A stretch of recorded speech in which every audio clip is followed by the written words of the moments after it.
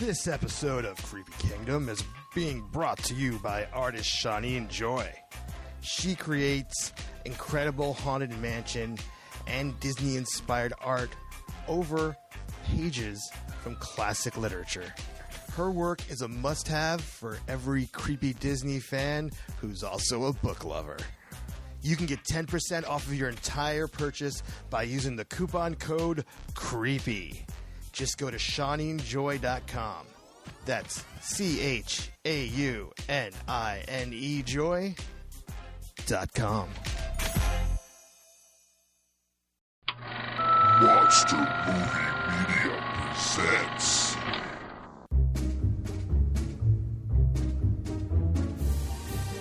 Welcome to Creepy Days, where we take a look back at some of the top Halloween events of 2016, including a look at the Halloween events at every Disney park in the world. Coming up in this episode, we talk with Brittany and Grant, who just got back from visiting all the Asian Disney parks.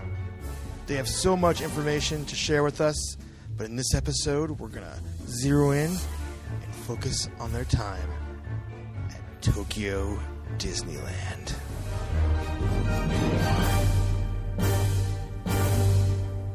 Okay, I'm here with Brittany and Grant. Hey, guys.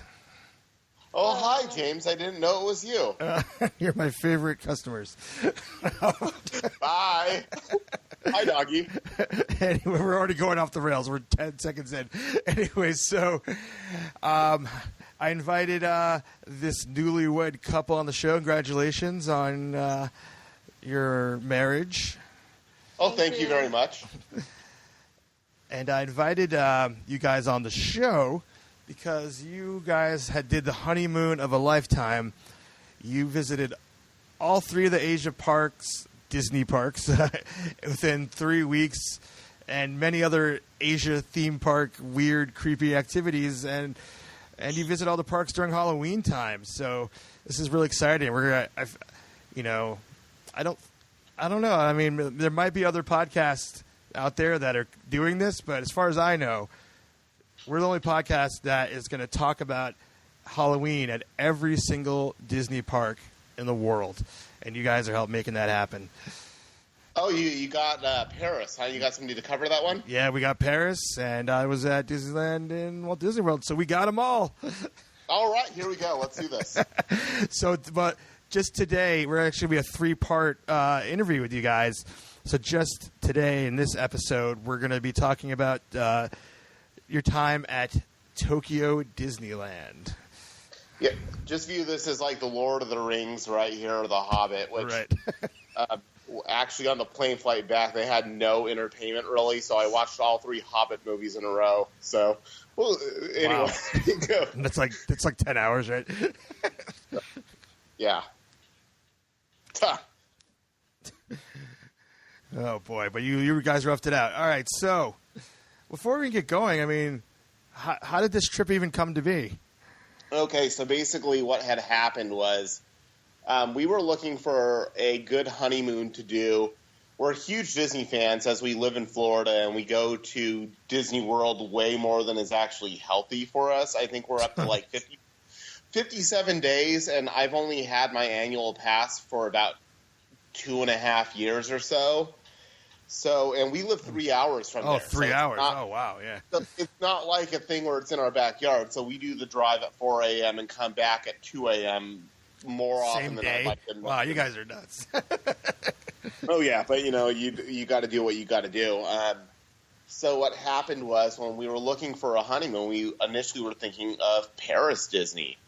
And there had been events that happened in December, and it kind of freaked out the idea of travel over there. Mm-hmm. And that's when you were planning, right around the time of That's the when we were planning. Yeah. Was we were initially planning Paris. And what had happened was, we freaked out over that kind of stuff, thinking, well, it's probably going to be safe. But looking into it, they are doing a major refurb of a lot of the rides right now, saying that their big announcement was 2 years from now they're going to be really good and Disney quality. But apparently when they built the rides years and years ago, they just never really bothered to maintain them. So we kind of figured that would be better for a different time. And we noticed that Shanghai Disney was opening, and I was kind of joking around a little bit saying, wouldn't it be cool to go to Tokyo and then Hong Kong and then Shanghai for opening year? Right. And I thought that this was just like a really unrealistic thing to do, being that we live in Florida, and that was going to be way expensive. And the thing is once we started looking at the numbers, it really is incredibly reasonable. Now, I will mention that we got married in Las Vegas, so we were already on the other side of the country, and we had a layover in Los Angeles. And so we were already starting in Los Angeles to get there. Now, if you were to do a round trip from Los Angeles to Tokyo and you can get a deal, I've seen them as low as $374. Wow. Okay.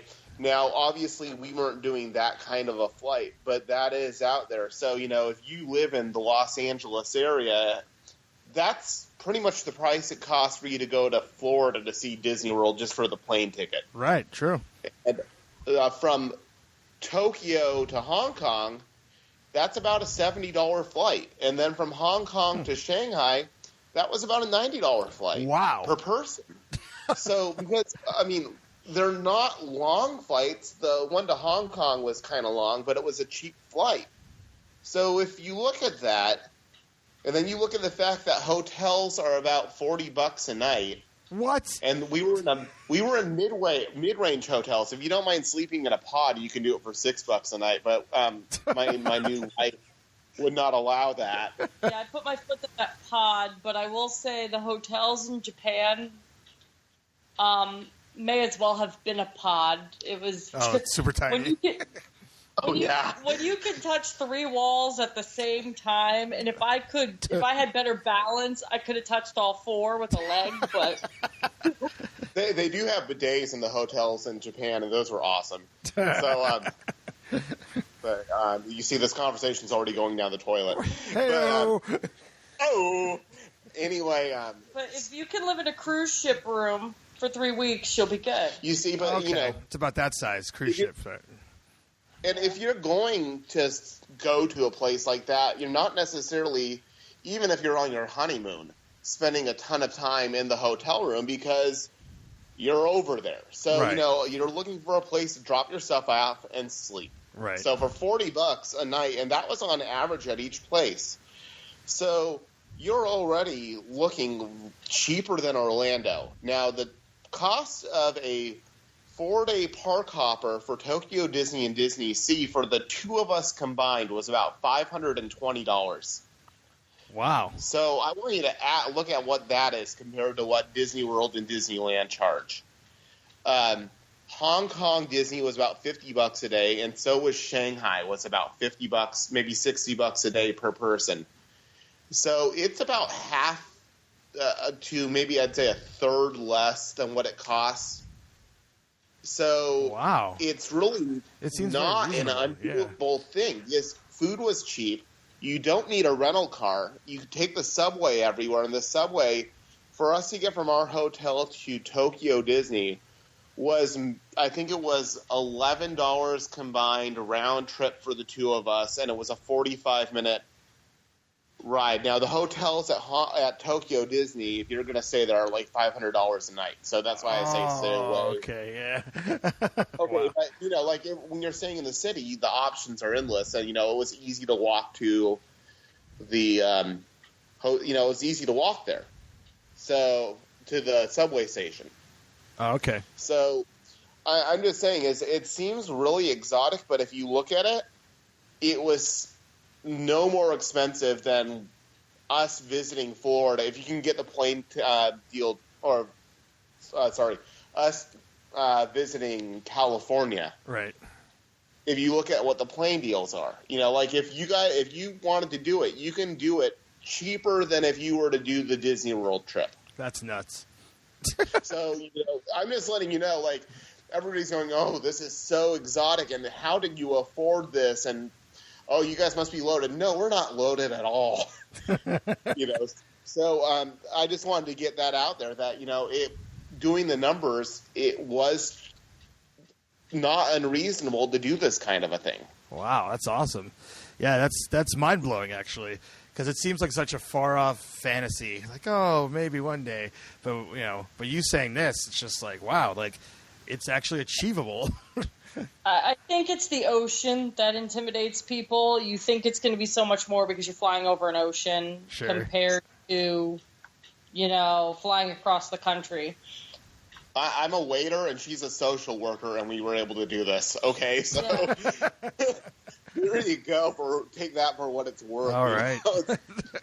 So anyway, I guess we'll just kind of get into it if you want us to. Yeah, let's do it. Okay. So we decided to break up Disney between 4 days because there are 2 parks at Tokyo Disney. And we said, let's do Tokyo Disneyland Day 1 and Day 3, and Disney Sea Day 2 and Day 4. So we took the train ride over there, and one of the first things that really struck us was security, which...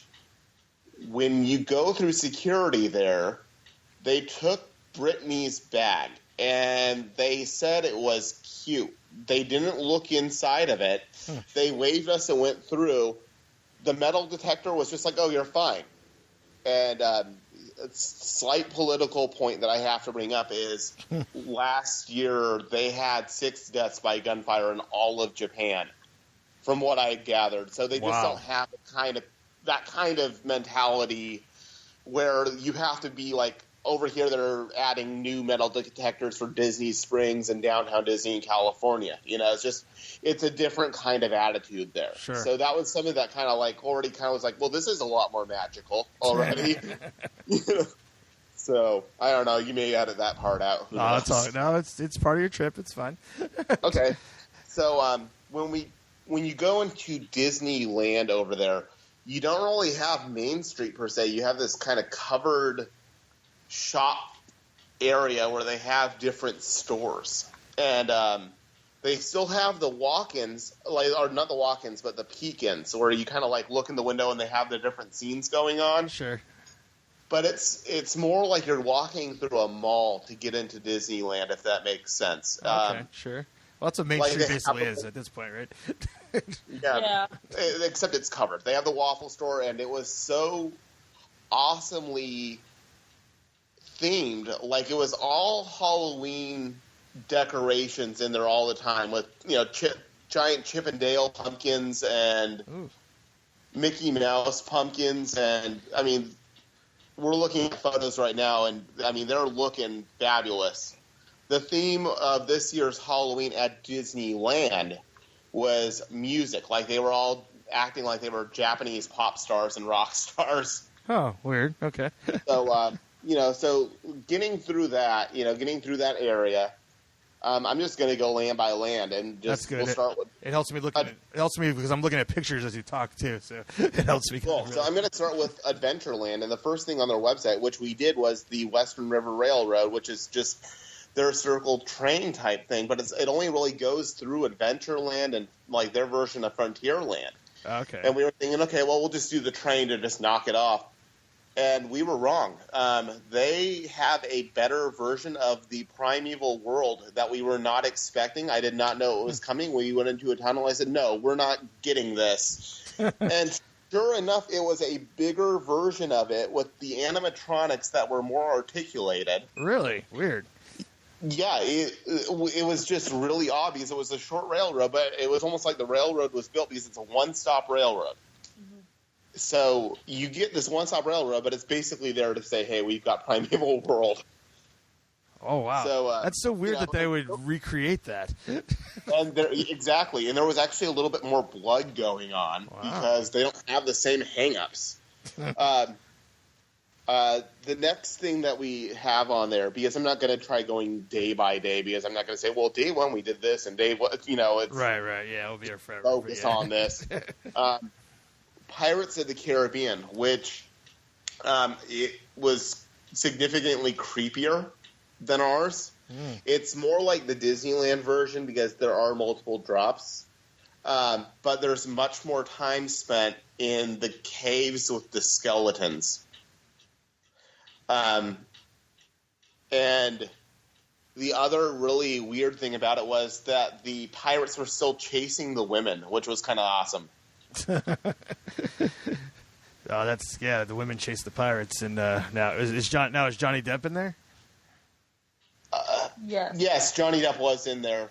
There wasn't a whole lot more different. It was just like, picture the part where you're kind of going through the cave and you're seeing the skeletons, and add about another minute to that, and that's kind of where the big difference is there. Weird. Now, I guess this is the first time this is going to come up. What is this in Japanese? Everything? Yes. Yes. Oh yeah. And it was great. It was like, at first we were worried because we don't speak any Japanese, except for like hello and goodbye. Mm-hmm. But and I was worried, like, how are we going to get around this place where, English is there, but it's not like what it is over here. It's very broken. And we were able to figure out, if you watch any Disney show, you can figure out the plot. Like, imagine just watching a Disney show where you are with headphones on where you can't hear it. You're still going to be able to figure out the plot because of how it's designed. Right. And it was kind of cool hearing Jack Sparrow yell in Japanese. So, I wouldn't say that there was much more to that. The thing is everybody was super friendly. Everybody could explain it, and we gathered that they were able to read English, and even if they didn't speak it, they could kind of you can write something down, and they would know what you were talking about. Also, as another side note, for food and ordering entrees and things like that. Mm-hmm. Everything was a picture menu. So all you had to do was they'd hand you a picture menu, and you would just point at the thing that you wanted. You would point at your side dish, and you would point at what drink you would want, and you got it. And it was really easy. There was no tax, so the price on there was the price on there. Even at the sit-down restaurants, they viewed I was told that tipping was an insult there from what I gathered online. Wow, so weird. The same with China. It's like that in a lot of other countries. So it was kind of, if something said it was 195 yen or whatever the currency we were in, it was kind of neat because you knew what to do. There wasn't any guesswork. Right. That's awesome. So, I will say, it is easier to get around. Also, the subway stations and all that stuff, all the signs are in English as well. So, don't worry that you don't know any Japanese. You can figure it out because there is English everywhere. So, as long as you know which direction you're going, you can figure it out. Oh, okay. Okay, so I'll let Brittany handle the talking on this one for the Jungle Cruise, which was significantly different. Okay. We did a couple different Jungle Cruises. Well, we're just going to stick with Tokyo. Yeah, we're just sticking with Tokyo. It's all blurry. The big thing that stood out for me in Jungle Cruise, there's a scene in all the Jungle Cruises where you have all the animals and the lions are having a little snack. And they thought for that in Japan they would put the Lion King music through that whole scene. So, please envision the Lion King as you're going through the scene watching the lion chomp on a zebra. Wow. They also changed, I'm more familiar with the Florida one, so Grant might have to fill in if it's different in California. You go into a cave type thing in the ruins. I believe it's the Asian portion, and in Florida, there's tigers and monkeys, and they're, investigating this, gold and treasure and things like that. Yeah, they have, the snakes in there and stuff. Do you know what I'm talking about, James? No, I don't. Is that in the Disneyland version? I don't. No, the Florida one. It's in the Florida one. Oh, okay. Yeah. Have you not been on the Jungle Cruise out here? I mean, I might have once or twice, but I always skip it when I go. All right, James, next time we're out here, we're going on the Jungle Cruise, okay? All right. So you go through a temple, and, you see animatronics. And in this version... Yeah, in this version, they have screens up behind the animatronics, and the screens are interactive, and they light up, and there's all sorts of...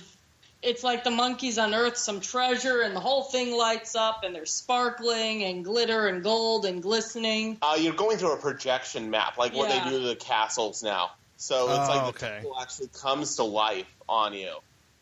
And it's not really creepy, but it was really neat and unexpected. Yeah.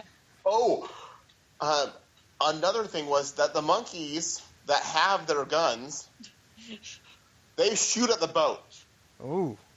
Okay, to the point where you see water, like giant splashes of water go flying, to the point where we almost felt like we were going to get soaked. Wow. So, we actually did that twice. We thought it was unique enough that we should, do it one more time, Wow, you liked it that much, huh? Yeah, I mean, we had 2 days, so it was kind of like we had time on the second day where we said, okay, what are the must-re-rides? Okay. And so also, this is not creepy at all, but I will mention that their Enchanted Tiki room, Stitch has overtaken it. So in the middle of it, there is a giant Stitch animatronic, and he's singing Hawaiian songs with everybody else. So they're just randomly, instead of under new management. Yeah. Yeah, there you go. Stitch. Think of the under new management, but they put Stitch in it, and it really works. And it's successful over there, whereas under new management was not so much.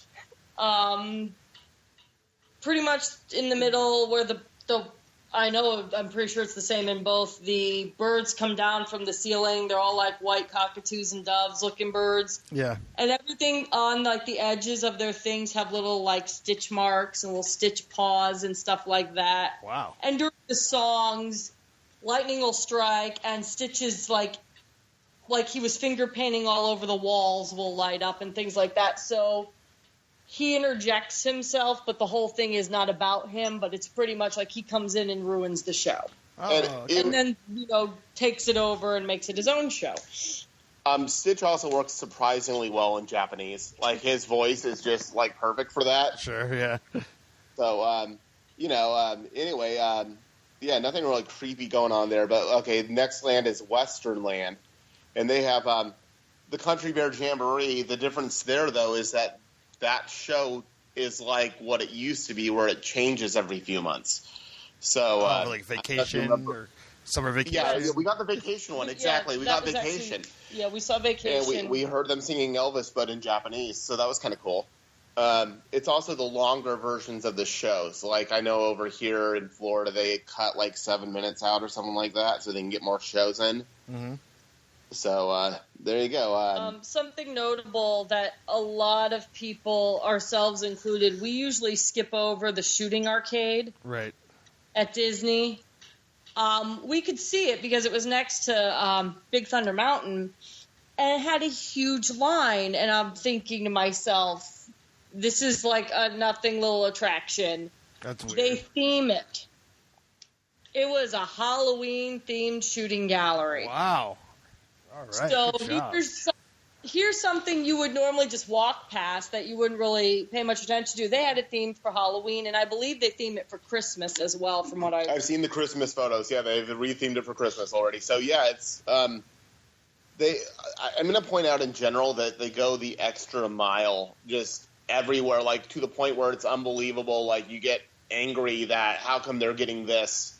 How come they're getting this version and we're getting, what are we getting? Well, nothing really changes here in Florida. But, so, they have the Mark Twain Riverboat, which isn't really any different, and they have Tom Sawyer Island rafts. We didn't go to Tom Sawyer Island just because timing just didn't permit.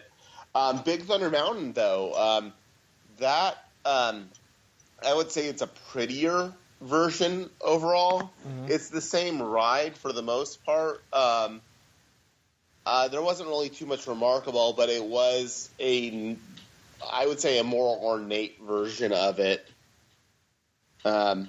So there's that. So right behind that is Critter Country. And you have Splash Mountain, and that's pretty much it. That's going there. They're building something else there right now. It's opening in a couple of weeks, which is just some sort of meet and greet area for Donald Duck. But okay. Splash Mountain, go in there. You're actually going through a giant cavern in the line. Like, they built it like you know how on ours, on both coasts, it's like you're walking through like an old mill? Yeah. It starts out like you're walking through a mill, and instead of being a mill, it turns into a giant cave. And the whole time you're walking into it, you're just like looking at how huge the ceiling is, and it's all looking like you're in a cave, and the scope of the building of the queue, it's hard to explain, but it's just massive. It's monstrous. There's like rivers going below your feet with their own waterfalls, and it's not part of the ride, but the theming on it was so neat. I mean, the ride itself was pretty much the same. I think it's more, we sat side by side, I think, right? Or was it in line? I think, yeah, it's side by side. Oh, so it's Magic Kingdom. Florida. This is the Florida version. Yeah. But, I mean, it was the same storyline and all that, but, I mean, the rooms were just, I would say that the rooms were bigger. It was a bigger version of the ride. Also, the ride went in reverse, so it kind of caught us on backward, meaning if you're familiar with regular Splash Mountain on how you make a right to turn different ways, this one, it's the mirror image. So, like, you start off and you make a left instead of making a right around things. So the whole time you're doing the whole thing, but it's backwards. So these are the things you notice when you've been on the ride so many times, right. And you're like, wait, you're backwards. Wait, that animatronic's missing. It's things like that. The other thing I thought was cool, they have a Splash Mountain themed restaurant. Oh yeah, I was going to ask about that. I think I heard about that. Yeah, it's called Grandma Sarah's, and it was really well done. The food was good. It's all Japanese food, but weird. It's like you're eating inside of Splash Mountain. That's cool. So the ride does not go through the restaurant though, but it's set to match, the scenes that you see in Splash Mountain. It's seamless. Yeah. How do you get to the restaurant? Do you have to go back outside the attraction, or? Yes. Yes, it's off to the side.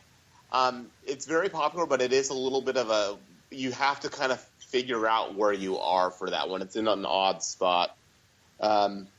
It's a walk from say you left the ride to go eat there.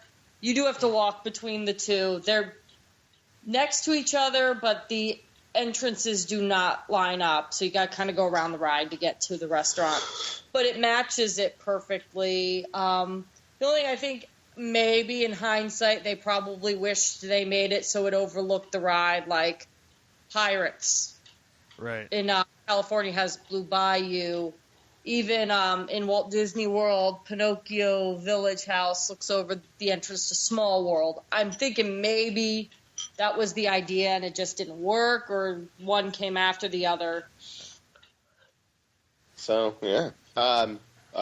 I guess we're going to move on to Fantasyland then. All right. And we didn't do the teacups at all. Because they are teacups. Teacups are teacups. It's covered, which was kind of cool. But, it rains more in Tokyo than it does in California, so they cover their teacups like if you've been to Walt Disney World, the teacups are under a cover. So, which I don't like that. I like them open, but I guess it's better than getting rained on. It works in California. We were at Disneyland once and it drizzled, and they had to close the teacups. Oh, wow.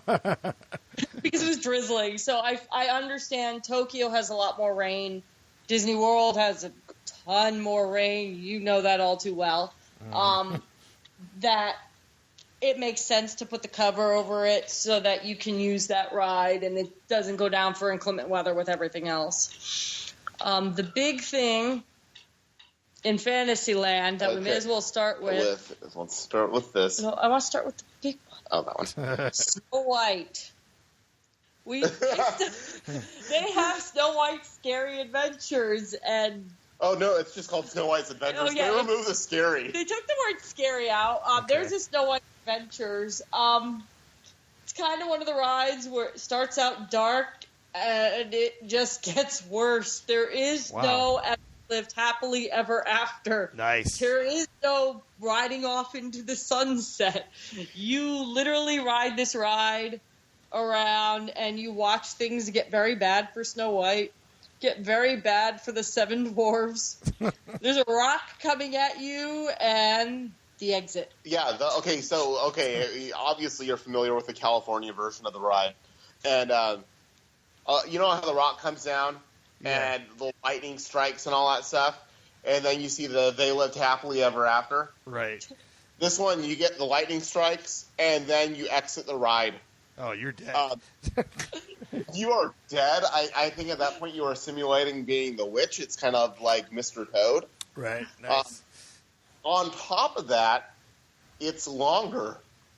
You go through, like, they saw the skeleton was clearly there for a while and all that stuff, and you still have the witch turning into the hag and all that great stuff. Mm-hmm. But you get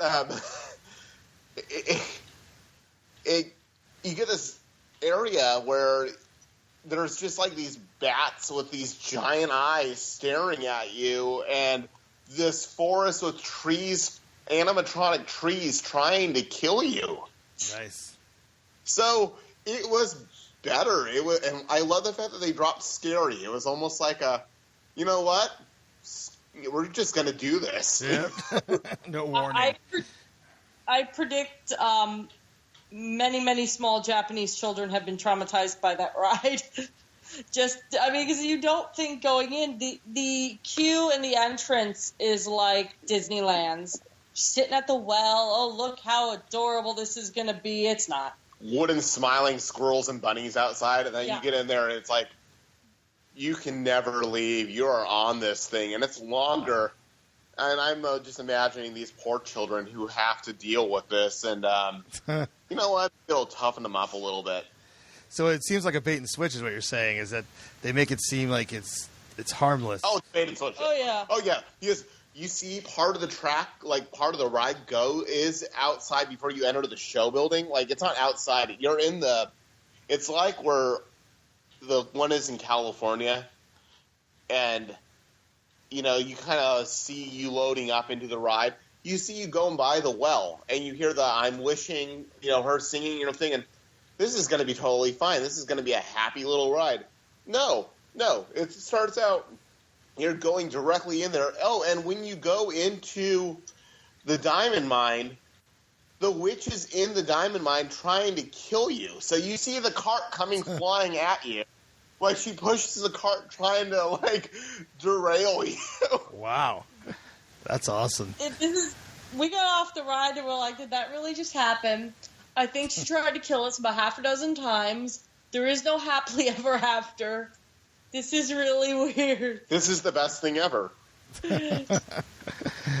Wow. Well, kudos to them for keeping it real out there, huh? Yeah. There was no... and I wonder, because a thing I did notice out there, a lot of little children were dressed as Snow White. So I imagine a lot of little children really want to go on that ride. A lot of little children probably feel like they just got killed. By the time they went out, go, well, that's it for Snow White.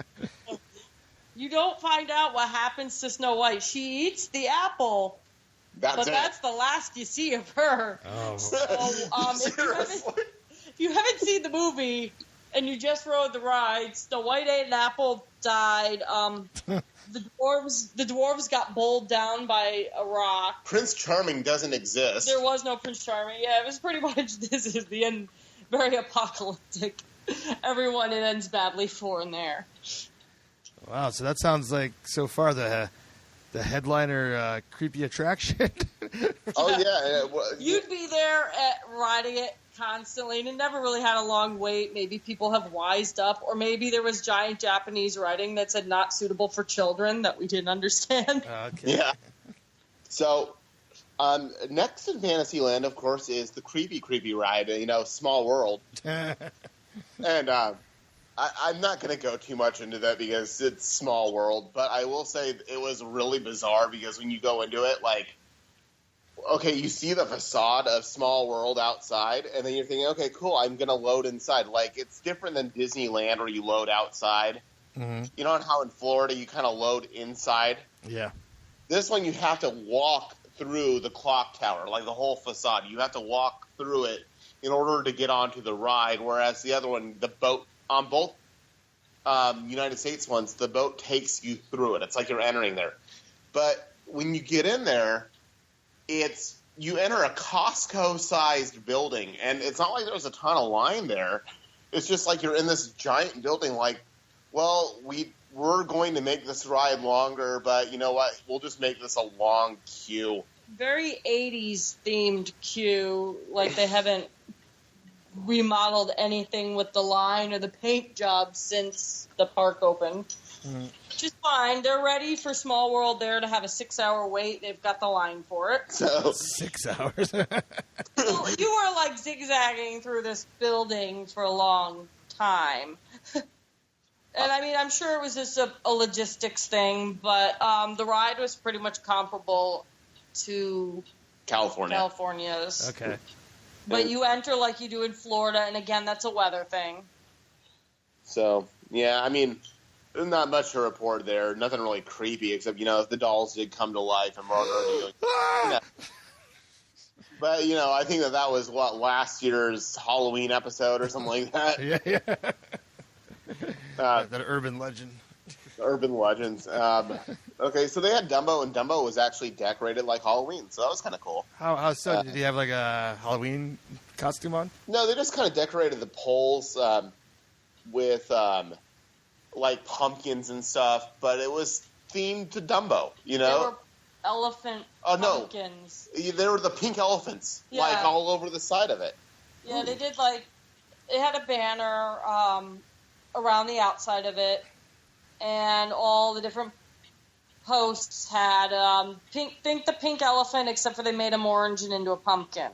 Okay. But the same face like the pink elephant, so you can see what they were going with it. But, I think that's probably the only Dumbo that gets any decoration anywhere. Sure, yeah. So, yeah, good for them. So they do have Pinocchio's Daring Journey there, and I didn't really notice any difference with that one. Yeah, I think it's like it was built the same time the Disneyland Anaheim one, so it was total carbon copy.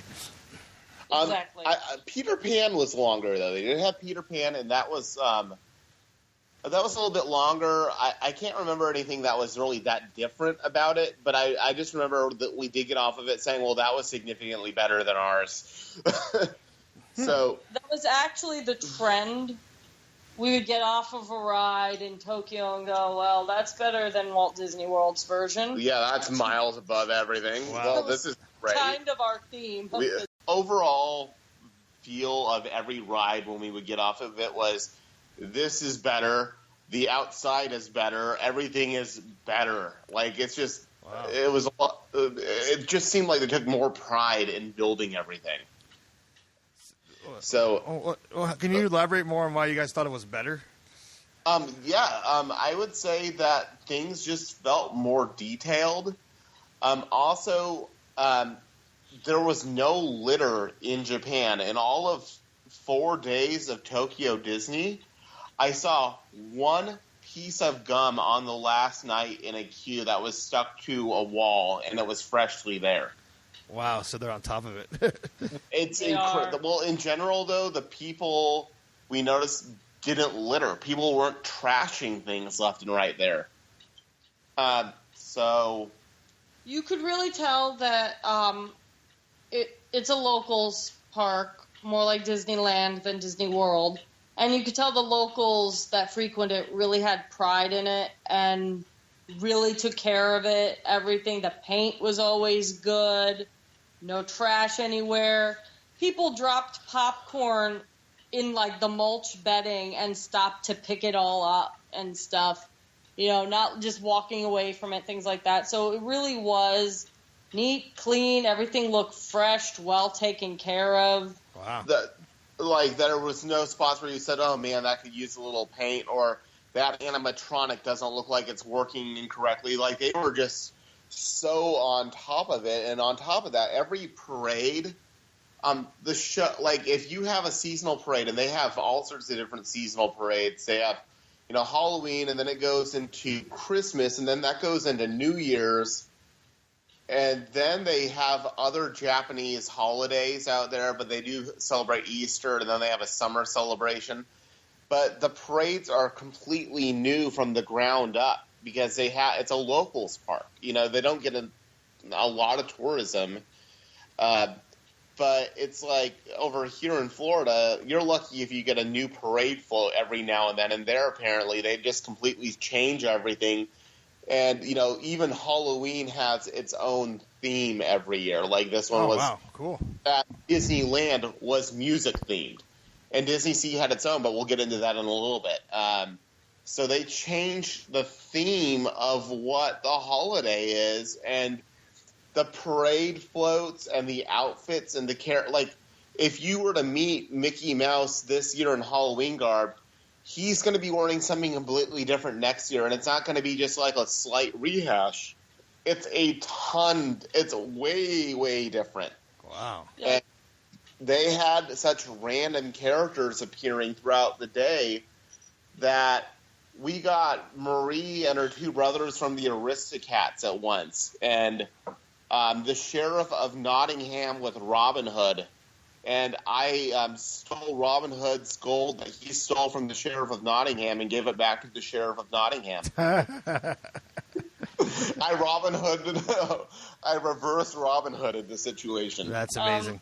Speaking of weird characters, a creepy one, the fairy godmother from Cinderella, who, if you've ever seen her out at the parks in America, she's a very sweet-faced character, you know, very nice, polite, pleasant. Is she a face character? She's in America. She's in America, she is. Yeah. In Tokyo, she is wearing a mask. Oh, I just pulled it up. It's super creepy. Dad, I was going to say, we'll send it to you for your wonderful Facebook group, Citizens of the Creepy Kingdom. Yeah, shout out. Which you maintain very well thanks to Patreon donations. So, yes, I think very well. Thank you for mentioning that. It's a wonderful thing to be a Patreon supporter of James's wonderful group. So yeah, the fairy godmother came out for.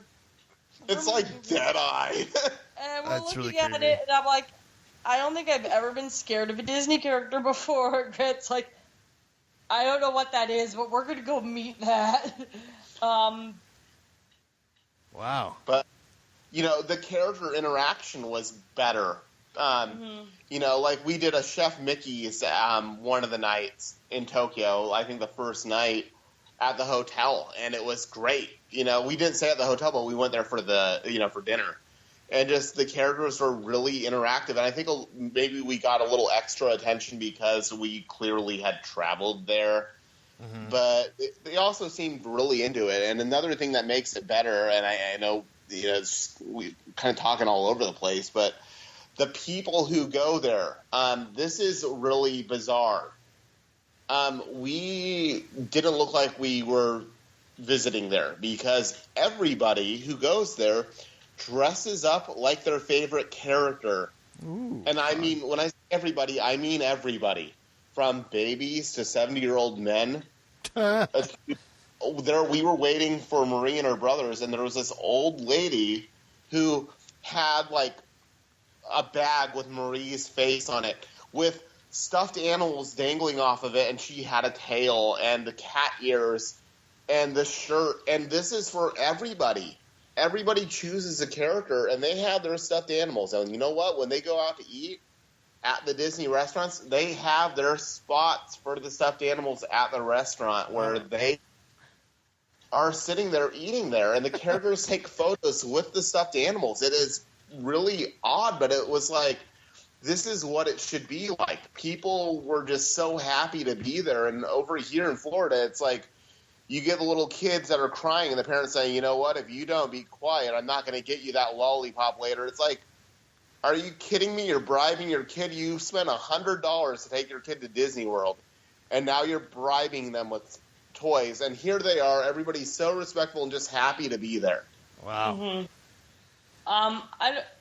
I will say for the characters, in Florida we have something called Character Palooza. Happens at Hollywood Studios. You get 6 to 10 random characters that come out depending on the time of Fantasmic at night, what time the characters will come out. Mulan, the Evil Queen from Snow White, you might get Stitch. You know, it's random. They do that in Tokyo Disney and at Disney Sea.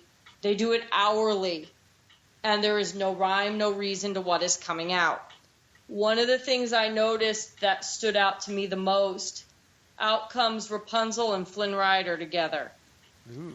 Alice and the Mad Hatter together.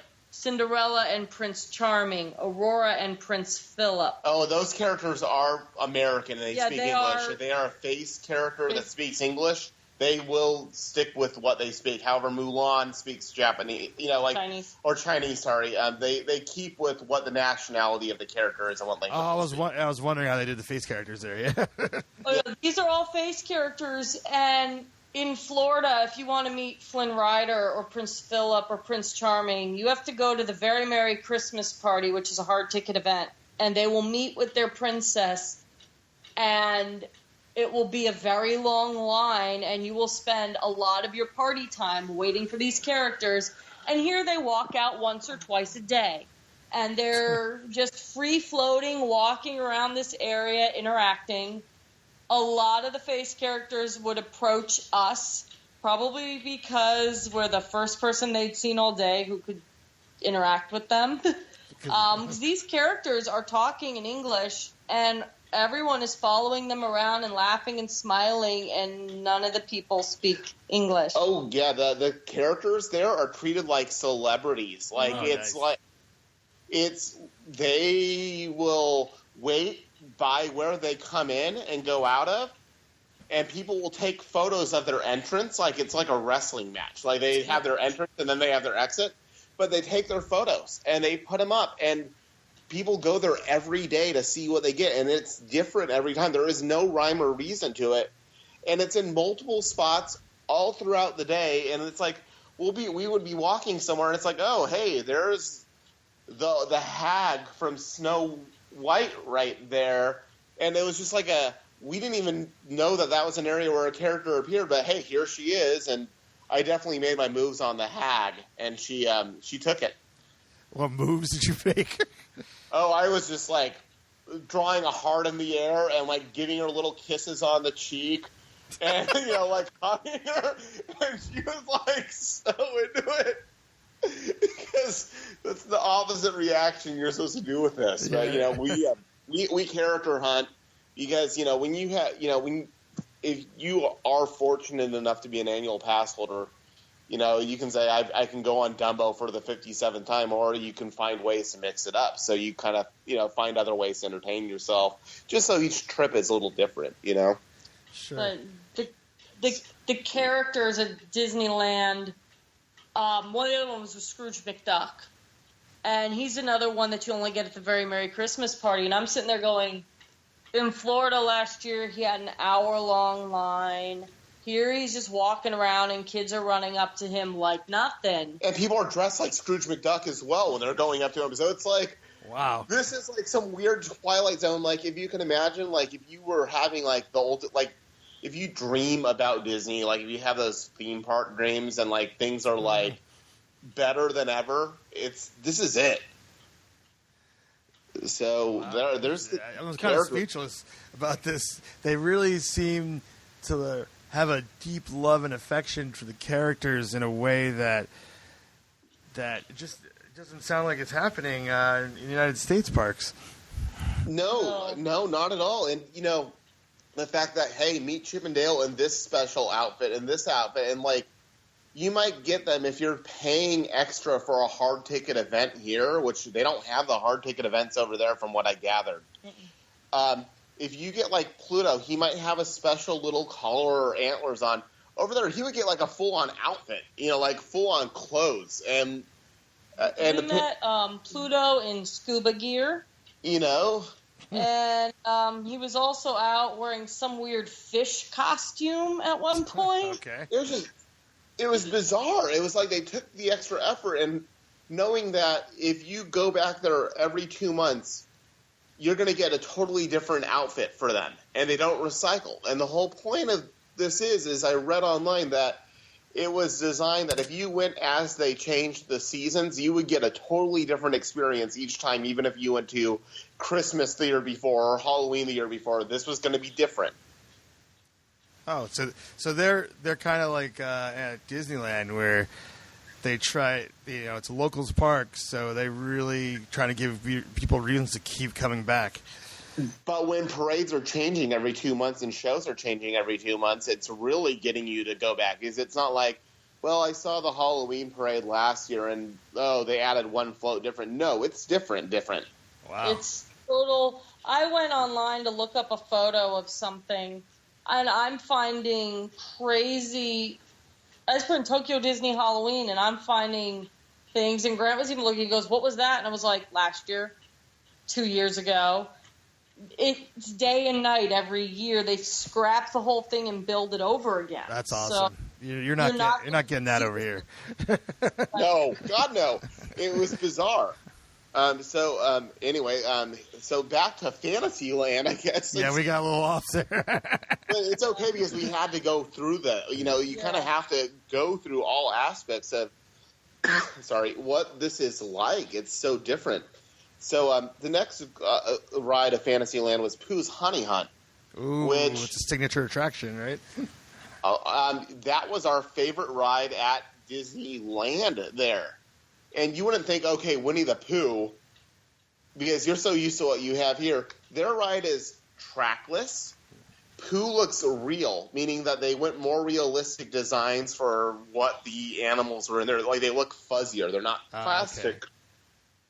We went on a couple times, and we sat in different the pots go in different directions based on which way you're going. Oh, wow.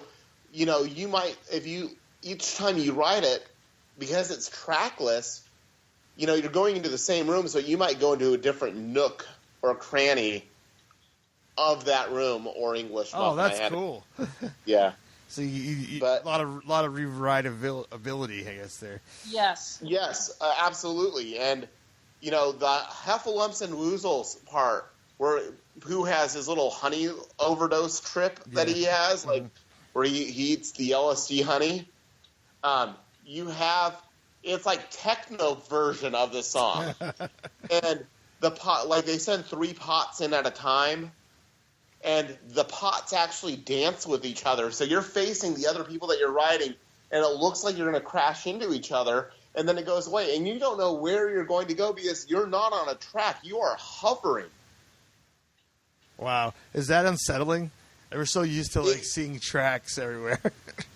Yeah, it was unsettling. I mean, this was not my first trackless ride because we had gone to SeaWorld a few months ago for her 30th birthday, and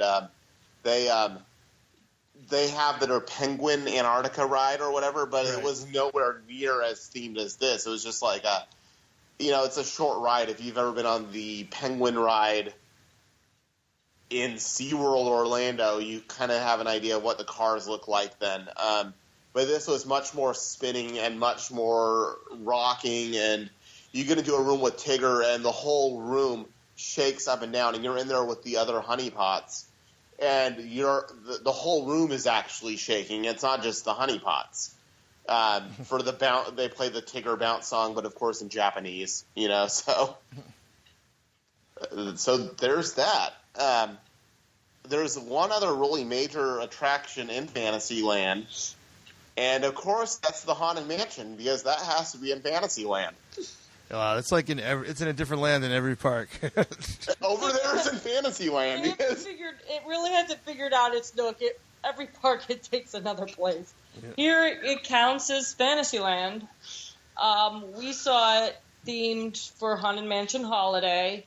So we were there the second week of October, and it was already in holiday attire, I guess we'll call it.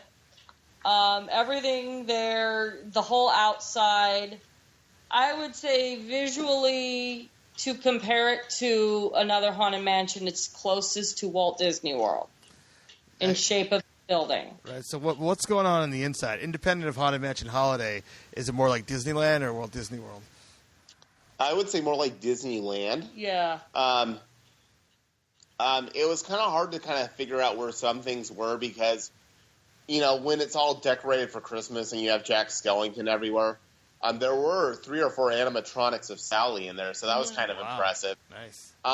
It was much more. I've done the California Haunted Mansion holiday a bunch. I am a California boy originally, and it worked out really nice that when I met Brittany that she lived in Florida because we're such big Disney fans that when we go to visit my family, we get to go to Disneyland, and then here we get to go to Disney World. Right. So it did remind me a lot of the California version, but set inside of Florida's building. Okay. I mean, it is a little different, but it was a little longer. Yeah, I think it was. But like at least the outside structure is the same brick design. Just a little bit slightly altered, and it had the baby carriage on the roof and all that. They didn't have, and the nice thing with it was all practical effects for the end with the mirrors. It was the old school style, not this weird CGI. We switch our head. I'm so tired of looking at screens in theme parks in general. I'm looking at you, Universal, primarily. Shots fired right there on the Creepy Kingdom. I love Universal, but I know every attraction. Every new thing, it's a screen-based. But anyway, it followed the similar trajectory of California. There was no attic scene from what I could figure out, but maybe it was there. Also, Madame Leota wasn't floating. She was stationary. She was just a head on a ball. She wasn't going up or down. She was Sally, wasn't she? No, it wasn't Sally. She was just saying she was doing the 12 days of Christmas. My gula gave to me. Was that in English or was it in Japanese? No, it was in Japanese. Oh, okay. But she wasn't floating. She was just staying there. And there was no cobweb on the in the ballroom scene. There was no cobweb on any mirror hiding a crack. They didn't have peak performance that. I mean, unfortunately, like the outside of it is gorgeous. If you can look up photos of what it looks like, but unfortunately, we got there during such an overlay that it was really hard to say what was different. When you have Jack Skellington there and animatronic form and Zero there. I mean, I will say it was better done than the California Nightmare Before Christmas. The animatronics seemed a lot more articulate. Wow. So. Plus, you said you got 3 Sallys. We just got one this year. So I know. I remember hearing it was a big deal that Sally was in it, and we're doing the one in Tokyo, and I'm like, Sally. Oh, look, Sally. Hey, there's Sally again. At the end, instead of the hurry back that we have, it's her looking up at Jack going across the moon. And she's talking to Jack in Japanese about something. Oh, there was a big Oogie Boogie moon. I remember that was in there. And, it was like a projection thing where you can see him, turning into bats. And there were creeps. Oh, you get to go through Oogie Boogie's lair. Mm-hmm. Oh, that's awesome. It was briefly, but you get to go through his lair momentarily. That could have been if the stairway scene existed there. We were definitely going up, and it was quick with lock, shock, and barrel there. So yeah. Wow. No, was it the same music? No, they actually used Nightmare Before Christmas music throughout the whole thing. That's incredible. That's one of my biggest criticisms of Haunted Mansion Holiday here at Disneyland is you don't get the songs.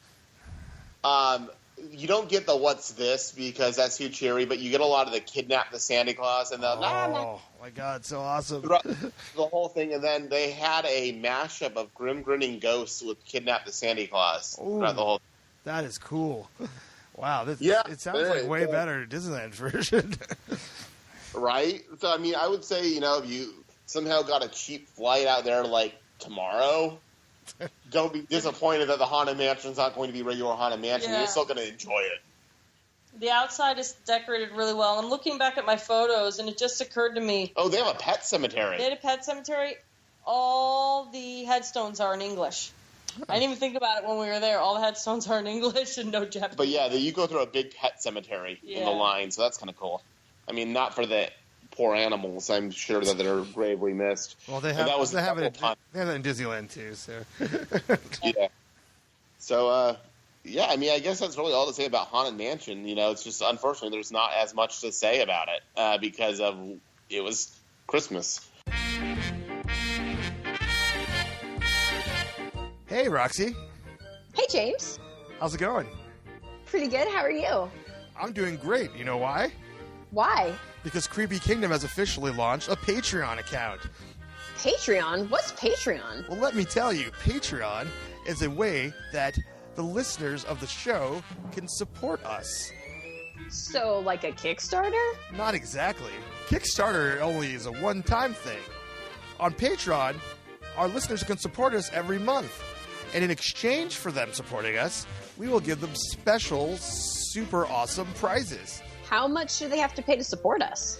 They can pay whatever they want. You could pay $1 a month. You could pay $10, $100. It's up to them. That's really cool. So, how can Creepy Kingdom fans find this Patreon thing? Well, you could go to creepykingdom.com and check the show notes on our recent episodes, or you could go to patreon.com/creepykingdom. That's patreon.com. I'm going to go check it out right now. Me too. They do have Toontown next door with Roger Rabbit's Cartoon Spin, which was exactly the same. We were like this, even the queue, this was built at the same time. That was a twin. It's carbon copy. Okay. Yeah, that was a twin. So we had Tomorrowland, and they have Star Wars Adventures Continue, and there's that's the same. Stitch Encounter was really bizarre. Yeah, I really liked Stitch Encounter. They warned us going in. The cast members this is in Japanese, and we're like, yes, that's the point. It wouldn't be as much fun if we understood. Now, is this Stitch's Great Escape, or No, it is not the Blight on Tomorrowland. Stitch Encounter, if you've ever been to Epcot, they have Turtle Talk with Crush. Oh, yeah. Uh-huh. And they have that at DCA, too. Okay, that is the closest thing. It is not the same, but it is interactive like Turtle Talk. Stitch is in his rocket traveling through space, and he's able to communicate with the people in this room on his way home. He flirts with a girl, and then he realizes that the person next to the girl is the boyfriend, so then he'll be all nice to the girl and then mean to the boyfriend. They can take photos, like on Star Tours takes a photo of somebody. They have that in the ride, and Stitch will be like, oh, from what I interpreted, someone in here works for, the Galactic Federation, it's so-and-so, and someone's photo from inside the room will pop up on the screen. Oh, okay. And talk to people. He'll ask questions. I assume he was asking questions. Yeah. And he'll interact with people based on their answers. So it is a unique experience every time. It is 100% in Japanese. And somebody was trying to and he has to escape eventually, and the kids have to direct him which way to his spaceship by saying, I think it was A, B, or C, and the letters were the same. The kids were actually singing A, B, or C, and I was trying to get them to get Stitch to go actually to his captor instead, and get captured instead of escape. And I got a lot of weird looks from Japanese children. Well, what else is new? I was about to say, I think he got a lot of weird looks from Japanese people. Grant was taller than all the characters in Japan, including Goofy. I'm 6'2", 240 pounds, so I am like a giant over there. He was. I noticed in Hong Kong he was not taller than Goofy, but in Japan he was taller than Goofy. And several of the characters, like Goofy did, Donald Duck did in one place, were indicating that he was so tall.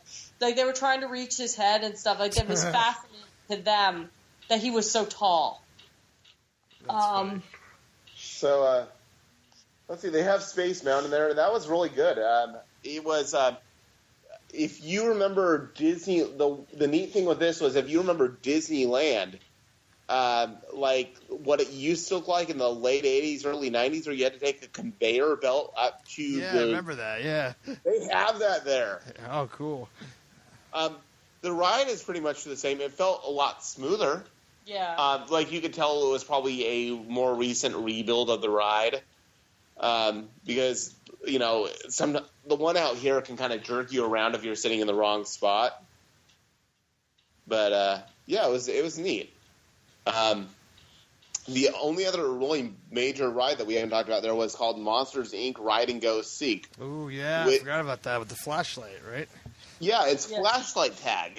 You're looking for the monsters and you're trying not to shoot Boo, who is dressed like monsters, with the flashlight. It was really cute. We only did it once because that ride has such a long wait in general. But it's not.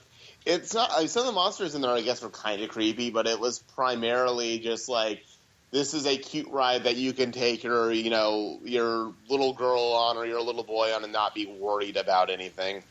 Right. Right. I mean, in general, Monsters, Inc. isn't creepy. Like, even though there's monsters in it, it's pretty bright and friendly. So they're very brightly cheery, characters. Right. And then I guess the only other thing really to talk about with Tokyo Disneyland were some of the shows that we went to. The shows and the parade. I'm not going to talk about all the shows because that's going to get really boring, and this is already probably too much of like what I did on my summer vacation. But okay, they had a show called One Man's Dream 2, The Magic Lives On, which we weren't really. Wow. It's a sequel. I'm going to have to find One Man's Dream, the original. If you're familiar with the Walt Disney World One Man's Dream, it's a walkthrough in a back corner of Hollywood Studios that is often forgotten about. In Tokyo, it's a 35 or so minute show. Huh. With all of the Disney villains. Yeah. I'm talking about Maleficent with her little green cronies. The guy from Hunchback Notre Dame, that I'm forgetting what his name is. Frollo, yeah. They all are coming out there, and there are special effects and inflatables and fire. The whole stage, when Frollo comes out, he sings some song in Japanese, and fire is going left and right all over the stage. And it was fantastic. Maleficent appears after Frollo comes out, and she comes out in smoke, and then they build the, inflatable briars come out from, like, when Prince Philip fights, and they have the fight there. It's the total history of Disney films in 35 minutes with Pixar and Jungle Book. Like, I'm talking older Jungle Book, not Bill Murray Blue. Right. Original Jungle Book, a lot of Bugs Life was in it. It was set change after set change. Like, they probably did 9 or 10 set changes in this 35-minute show with special effects for each one. It wasn't like, this is just filler for them getting ready for the next one. It was a big deal. And, that was probably one of our favorite shows we saw in the entire thing. They do have the electrical parade there, and a couple floats were different. They have a different Pete's Dragon float where Elliot is actually holding Pete, like he's sitting down. The electrical parade was a lot more technical. It was almost like it was somewhere between the electrical parade and Paint the Night. Like it was kind of like the step down in between that. You could see the technological advancements from the original electrical parade, but not quite to Paint the Night yet. So, halfway there. Yeah, they had a really cool Cheshire Cat float. The Genie. Oh, God. The Genie float was probably my favorite. Genie could turn himself into all the different characters in the parade and did so randomly. He'd be blue. Wow. And then he'd be the Queen of Hearts. And then he was a Cheshire Cat. And there, he just switched randomly throughout the parade, you'd see him. He was Tigger for a while. He went through all the Winnie the Pooh characters and things like that. Now, and then one other thing to talk about at Disneyland was they did have a Halloween parade, and yeah, it was cute and adorable, but one really neat thing with it was that all the floats shot these bubbles out, and the bubbles were filled with smoke. So when you would pop the bubbles, like it would be like a little Batman-style smoke bomb just appeared, and it actually would, like, as kids popped it, the whole area would just get incredibly smoky and, like, more spooky. And this was during the day, but I just thought that was, like, a really neat touch. Yeah, at first we thought it was going to be like a little pre-show parade, which is what it was. It was a pre-show parade, but we were thinking it was going to be like a little 1 to 2 float thing. No, it was a full-size parade. Yeah. Some of the, yeah. Oh, and they still have the 3 o'clock parade there as well, which is huge. So they have 2 big daytime parades. So they love parades out there, huh? Yeah. Yeah, some of the notable characters in their parade with big roles that were popular, Max Goof was in the same float as Mickey Mouse. Wow. And he's one in Florida. He comes out at their Character Palooza in Hollywood Studios, and people run up to him going, "Everyone go say Baby Goofy." They don't know who he is, and they refer to him as like a Baby Goofy. So he's a big deal, and they know who he is. I wonder if there's more backstory there. If, like in Japan, they know what's going on with his mom. Just every time you see Goofy, just remember he lost his wife. Wow. Yeah, it's dark. It's dark, but they never really get into it, Yeah. But, it's cute. They focus more on obscure characters like the 3 Little Pigs. Yeah, that's the only time I've ever seen the 3 Little Pigs acknowledged. At Disney, they were in both the Halloween parade and their regular afternoon parade. Their float was really cool. It took me a while to get what it was. It was like a mummified hand covered in candy. You're like, what is that? I figured it out. And then I realized they were bandaged up fingers on the back of it. I was like, oh, it's a hand covered in candy. We'll have her send you some photos of this. That way you can put it up on your blog. Because it's kind of hard for me to explain what we were seeing, but if you see the photo, it'll make more sense. Right. They also had Huey, Dewey, and Louie, which, again, that's the first time I've really seen them acknowledged in a Disney park, as well as Stitch with Angel, or as I usually hear at a Disney World, Pink Stitch. Or Girl Stitch, Pink Stitch. Yeah, she was out. They were. Stitch was pretty awesome. He was a punk rocker on top of his spaceship, and they were all music themed for the parade. He was a punk rocker, and Stitch had a mohawk throughout the parade. It's a giant mohawk. Oh yeah, we'll send you that. That you'll want that. But I will say also. A quick digression is most snacks that you get there came with like a little souvenir. So, you can get a pop bucket, but if you get something with like something that required a spoon, you get a full-on metal spoon with like a Mickey waffle on the top of it, like a plastic Mickey waffle. Like you got souvenirs just by buying food. Oh, that's awesome. They came in like little ceramic, and not like little plastic things. We had like ceramic mugs, small plates. I got a kids meal in one place because you got a full-size plate with it for Tokyo Disney Sea's 15th anniversary, and I was like, well, I'll be ordering the kids meal because I want the plate. So it's a neat way to get souvenirs, and it's an easy souvenir that can change out. We got a lot of Halloween ones that are now Christmas. We got a miniature casserole dish. One of the things came in a small casserole dish. Wow. And you can actually bake a casserole in it if you want to. So, how'd you get all this stuff home? Very carefully. We also maybe packed an extra bag knowing that we were going to a bunch of Disney, Yeah. So, anyway, that kind of wraps up Disneyland. Are you ready for Disney Sea? Let's take a moment and take it all in. It's like Disney Sea. Tokyo Disney Sea. This is a theme park that many of the concepts were originally for a park that they were going to build in Long Beach, California. Correct. But it got scrapped, and now it's over in Japan. And then I think about that all the time because that's where the Queen Mary is, and I've gone to the Queen Mary's Halloween attraction 3 times this year, the Queen Mary Dark Harbor, and I just keep thinking, like, what if Disney still had this in land? What would we have? You guys have the answers to that, so yes. So please share. Okay, yeah, but I will say if it got built in California, it would have been majorly cost cut. I don't think it would have been nearly as glorious or marvelous as what they get. Also, I will say that Tokyo Disney property is run 50-50 by Disney, and then something I believe it's the Oriental Trading Company. Oh, okay.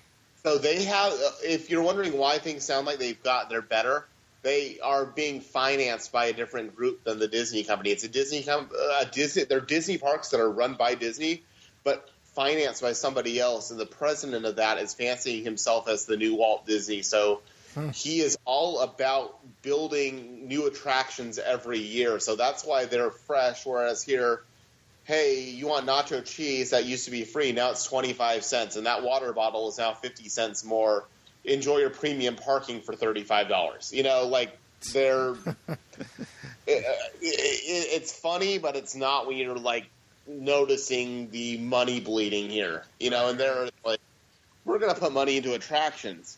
So Disney Sea, I didn't really know what to expect of this park, except everywhere I had read is this is way better than any place you will ever go to. This is the bucket list theme park. Really? Okay. Any of them. And you walk in and you just see this giant lake, and you see the volcano in the background and Tower of Terror, but you're like thinking, this park doesn't look very big, and I don't see very many attractions, and that's because it's so big, it has to contour to, it's actually built on the ocean. So they have to contour to the actual sea. Oh, nice. So to get to some attractions, there's no, like, if you're at Disneyland and I said, you know, let's meet me in Toontown, you could go to the right if you wanted to, or you can walk through Adventureland. I don't know why you would do that. If you wanted to just say, you know what, there's a Haunted Mansion, I'd much rather be at the Haunted Mansion than going into Toontown. But there's a circular way around the park, whereas this one, there's none. It's kind of like there's no central hub. You go in and you have to you're going to do a lot of walking and a lot of backtracking. Okay. It was very hard to wrap my mind around finding things in this park because you don't have a central hub. The center is a volcano. You can't walk through it or around it. Now, so it was, sometimes I'd be like, are we near this? We can't be. I'm so, confused. It will take a while for your brain to adjust to how this park works. Yeah, it's very different, and it's also, we were gone for a total of 3 weeks, and over the whole thing, according to the iPhone pedometer, we walked 164 miles. So, wow. Yeah, so romantic, I know. And that's how you can eat all the food at Disney and not gain any weight. You walked 164 miles. So, wow. You go there, and if you go to the left, you see the Tower of Terror, and we'll just talk about Tower of Terror because that's a good creepy item. It's gorgeous. It's a brick building. It doesn't look like our Tower of Terror because it has no Twilight Zone theme. Okay. It looks like a Victorian manor. Mm-hmm. And it's actually, the storyline with it is actually connected with what's going to happen in a future episode, Mystic Manor. It ties into Mystic Manor. Wow. There is a connection there, but we'll explain that next time on Creepy Kingdom when we get to Hong Kong Disneyland, which I promise will be a shorter episode because we didn't do as much in Hong Kong. It's smaller, but the idea of this is that the owner of the Explorers Club or Adventurers Club, it was one of the two, found an idol, and the idol caused bad luck. And there is a really cool thing that happens, and this is kind of a little spoiler alert. So here we go. All right. James, you can cover your ears if you want to. No, it's all right. I'll listen. I'll take one for the team. Where you go into the pre-show, and the idol comes to life and starts freaking out on everybody, and it full-on vanishes in front of your eyes. Wow. And when you leave the pre-show room, this physical object, it's gone. It's not like you can see like there was a mirror, and I'm sure if I looked into it, I could find out how it was done, but I'd really rather not.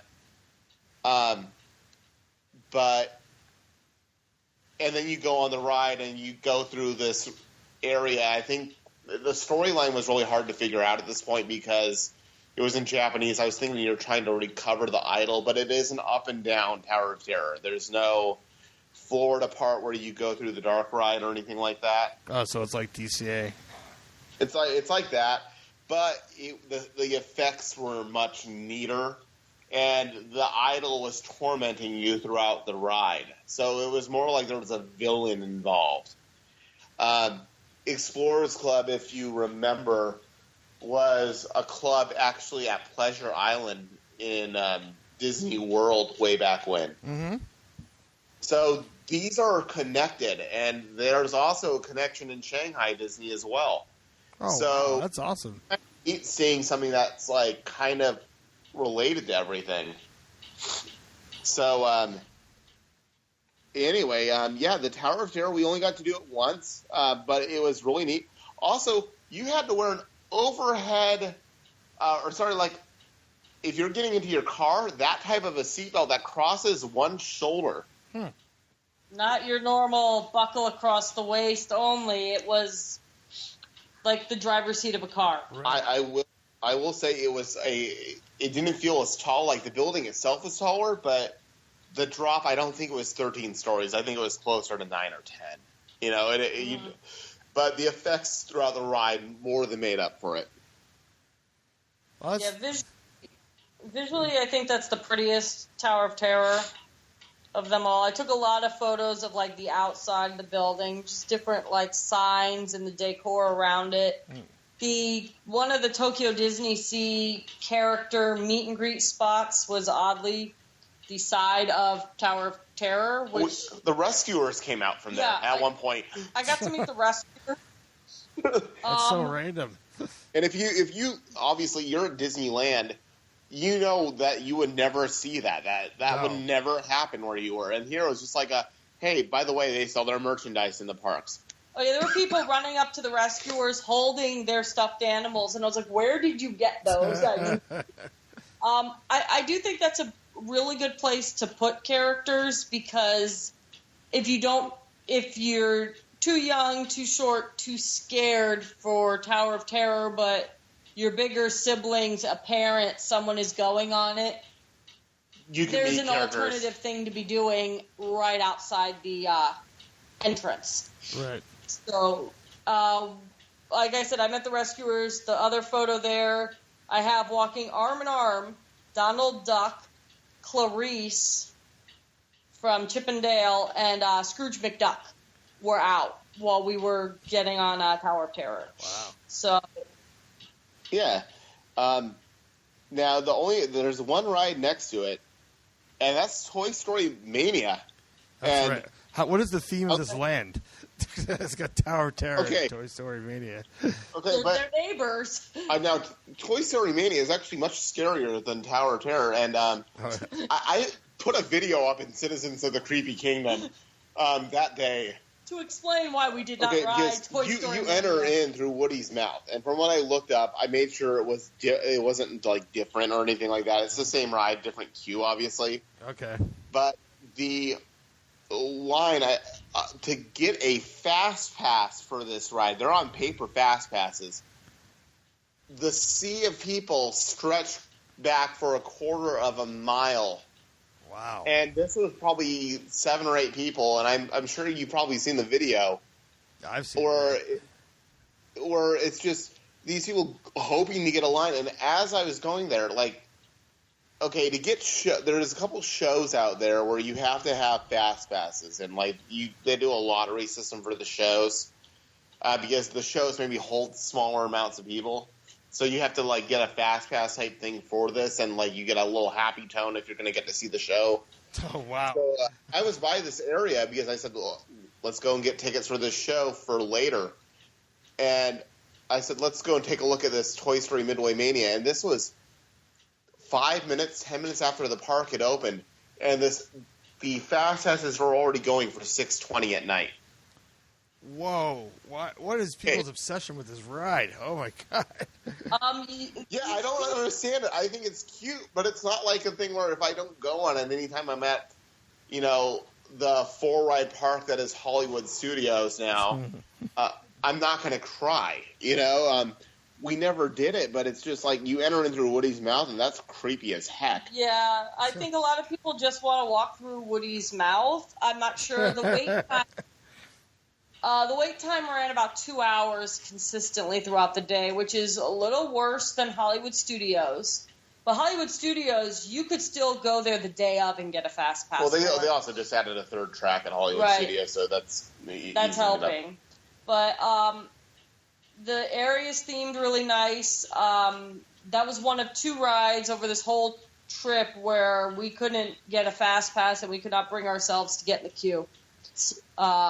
So yeah, we'll come to that other thing in a couple episodes. But it is creepy. I sent you a photo so you can put up. If you enjoy being eaten by a 20-foot tall Woody face, it's the ride for you. It's really eerie. But yeah, the creepiest aspect is the fact that people, to wait for a fast pass, were willing to wait in a quarter-mile-long line. It's just redonkulous. And you knew that they were, I think Tokyo Disney seems open until like 10. So 10 minutes into the park being open and the fast passes are for $6.20, 9/10 of that line didn't get anything for it. Wow. So, that's nuts. Yeah. So, anyway, the next area is Port Discovery. That first area that we were in was called the American Waterfront, and you enter in through the Mediterranean Harbor. But yeah, American Waterfront is where Tower of Terror and Toy Story are. Next area is very empty right now. Port Discovery. They have a thing called Aquatopia, which was kind of neat. It's have you ever been on bumper boats? Yeah. Mm-hmm. Like at like miniature golf places and stuff. Yeah. So it's like that, but it's you don't control it and you're not bumping into each other. But it's trackless, kind of like the Winnie the Pooh thing. It's all outdoors. Actually, it's that ride that they just opened up at California Adventure, but on water. The Cars ride. The Cars ride. The Rocking Roadster Luigi thing. Put that on 2 boats. Put that in. Imagine that you're in a inflatable thing on water, and apparently in the summer, if it's hot, you will get wet. But they don't have that going on. When we were there, it was warm, but it wasn't warning. Let's soak you. There is one other big ride, but it was going through a full-on remodel. Apparently there was something called Storm Chaser there, and it was a simulator-type ride, and they are now rebuilding it into the Marine Institute from Finding Dory, where it's going to be a Finding Dory-themed ride and aquarium. So it's a big thing, and that's opening up next year. To show you how quickly Tokyo Disney builds things, is next year is the Finding Dory ride. 2018, Disney Sea is getting Soarin' with their little opening where you exit Tokyo Disney Sea. 2019, Disneyland is getting a Be Our Guest ride, like a trackless Beauty and the Beast ride.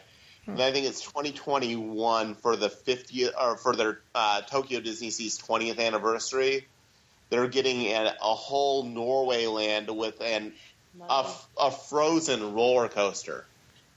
They're building their own Arendelle rather than taking a country and turning it into it. So they have a whole new land they're building for that. So they've got 4 rides on the horizon for the next 5 years. Versus, so they're like Universal Orlando, man. They're just cranking out. Yeah, whereas when I moved here 3 years ago, and I saw them starting on Avatar, and they're still working on Avatar, and it's okay. It's frustrating. Yeah, it's frustrating when you see when you see them, and they're putting so much care and speed into building things, and going, next year we'll have this, next year we'll have this, and here it's like, yeah, we can't even get Rivers of Light going. But, they converted a ride, and a lot of people are kind of upset with that because they took an original property, which was Storm Chaser, and turning it into an established property like Finding Dory. But I guess that's just kind of the way it goes. Yep. Okay, so next area is Lost River Delta, and they have Indiana Jones Adventure Temple of the Crystal Skull. And that is a sequel to the Disneyland ride. Ooh. A different skull, different area, different opening. You do when you're going through the line, go through this giant foreboding statue, and this thing was monstrous. And you're walking under it, and it's just some giant Mayan god. And the ride itself is the same system with different scenes. It's more realistic, meaning like the giant snake that comes to attack you in the California version. Yeah. That's kind of cartoony looking. This looks like a real snake. Also, cool. The area where the wind is, like they're blowing wind at you, like the dart part, where it's like paintings on the wall. These are full-on engraved sculptures that are doing it. So it's like there's different scenes. It's a different storyline and a different treasure you're going after. There's still the ball that goes after you, but from what I've read, it's more designed as a sequel to the original ride instead of a reimagining. All in Japanese, of course, right? Of course, yeah. Yeah, Japanese Harrison Ford. And then they have one other ride in that area called Raging Spirits, which it's a roller coaster that's looping, and you go through fire, and there's fire on water and things like that. It's not anything really that special. It was really neatly themed, but it was like a minute and a half roller coaster that it was basically like, we have a smaller spot of land. Where can we put this? Okay. So, what can we put here? It is really neatly themed. It fits in right with the Indiana Jones mythology. But, it was a good one-timer. Right. You go from there and you go into the Arabian coast, where they have a thing called the Magic Lamp Theater. And we were like, what is this? And it's a 3D show with the genie. And we're going, okay, this is going to be kind of rough to watch in Japanese. And the genie works incredibly well in Japanese, the manicness of it. But it's more like Terminator 2 3D because you have live actors on stage interacting with the 3D. But they're actually being picked up by the genie and getting thrown around and stuff. Like, they're interacting more with it. And you can still kind of tell what the storyline was. But we really enjoyed it. It wasn't creepy at all, but it was fun. Okay. You would be able to follow along even if you didn't know the language like we did. Now, at this point, we went on what became my favorite ride of all time. All time? Of any ride ever? My favorite ride ever. Wow. Sinbad's Storybook Voyage. Okay. And I can't believe that I'm saying that Sinbad's Storybook Voyage is my favorite ride, but what it was, you get on this ride, and we didn't know what this was. And it's basically Small World meets Pirates of the Caribbean. There's no drops.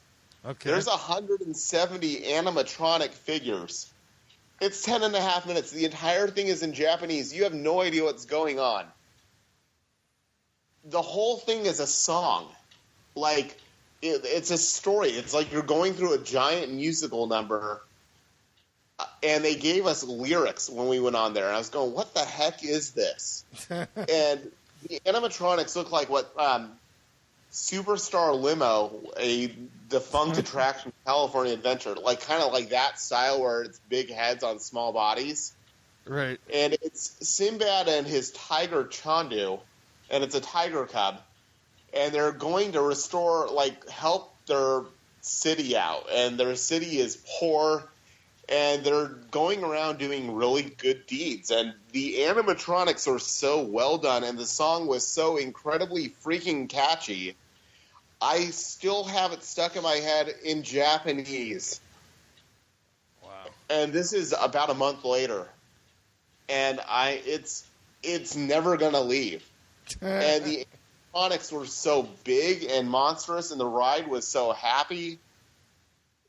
I mean, I would hate to tell somebody to watch a video of it if they're planning on going there, but if you're not going to go there, I cannot do this ride justice as to how intricately themed it was.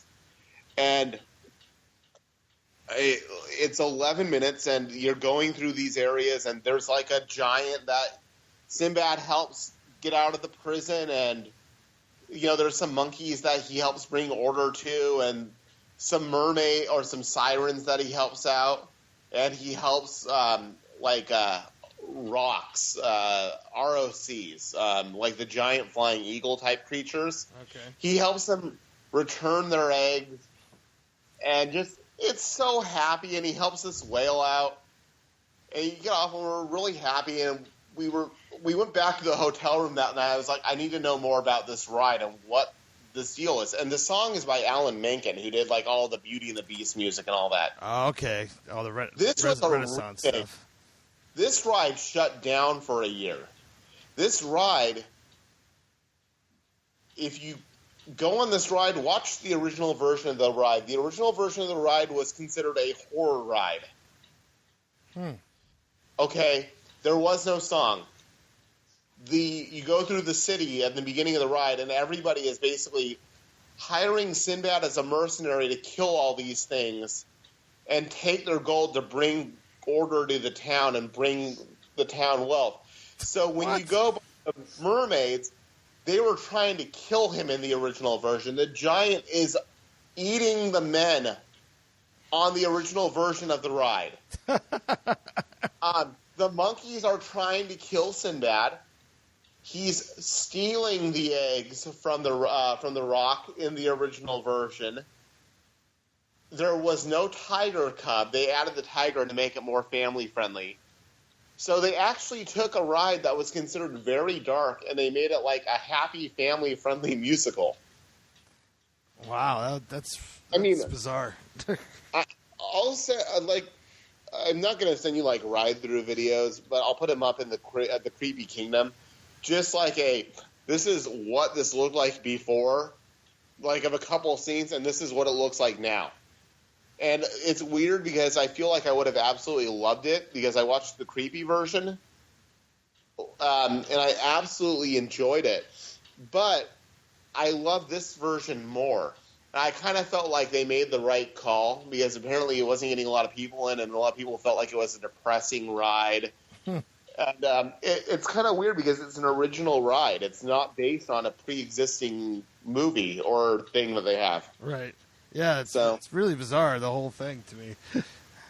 Yeah, so anyway, there's that. My favorite ride ever is this happy Alan Menken ride. So I guess that removes my Creepy Kingdom status right there. Oh, boy. 5-year-olds going on this. This ride has no wait ever. I don't even think people realize it. It's in a weird corner of the park. It's in the corner where we met Stitch and Angel, who were out for a random meet and greet. But, and then they have their Little Mermaid area there, and they don't have a Little Mermaid ride, but they do have an aerial show. Aerial. You're sitting down, and Ariel is floating above you on wire work. Cirque du Soleil Little Mermaid edition. With a 15-foot tall animatronic King Triton. That's kind of intimidating.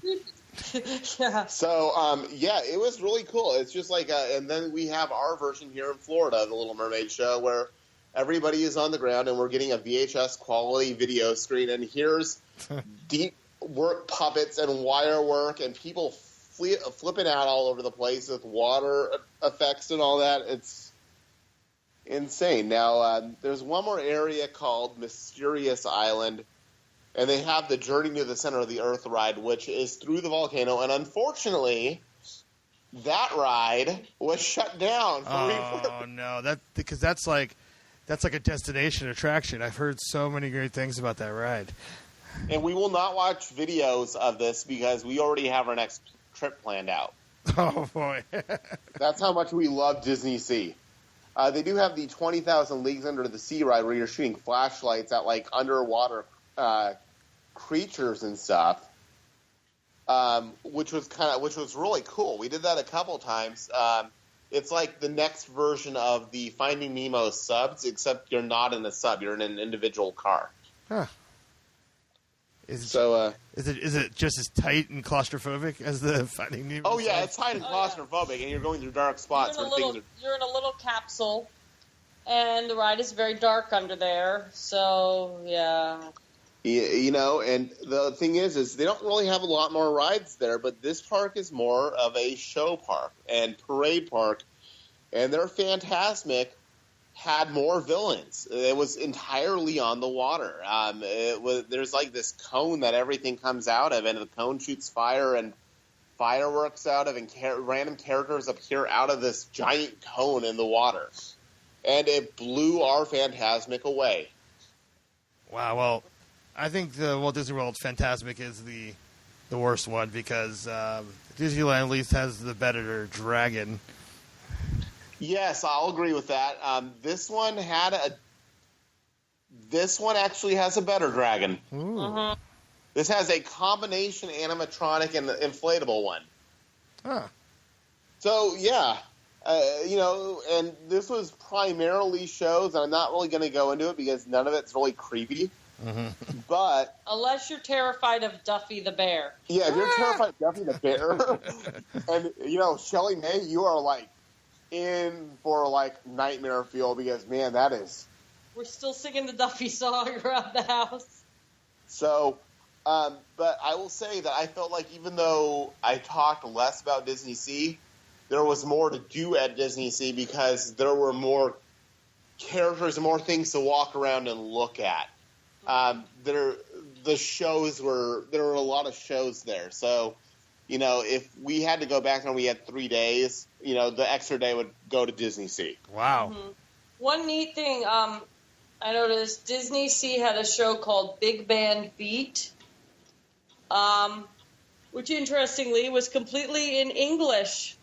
All big band songs, and Mickey Mouse played the drums. Oh, so nice. So Mickey Mouse is a drummer. He played them there, and he played them at a show in Disneyland as well. So I learned Mickey's a drummer.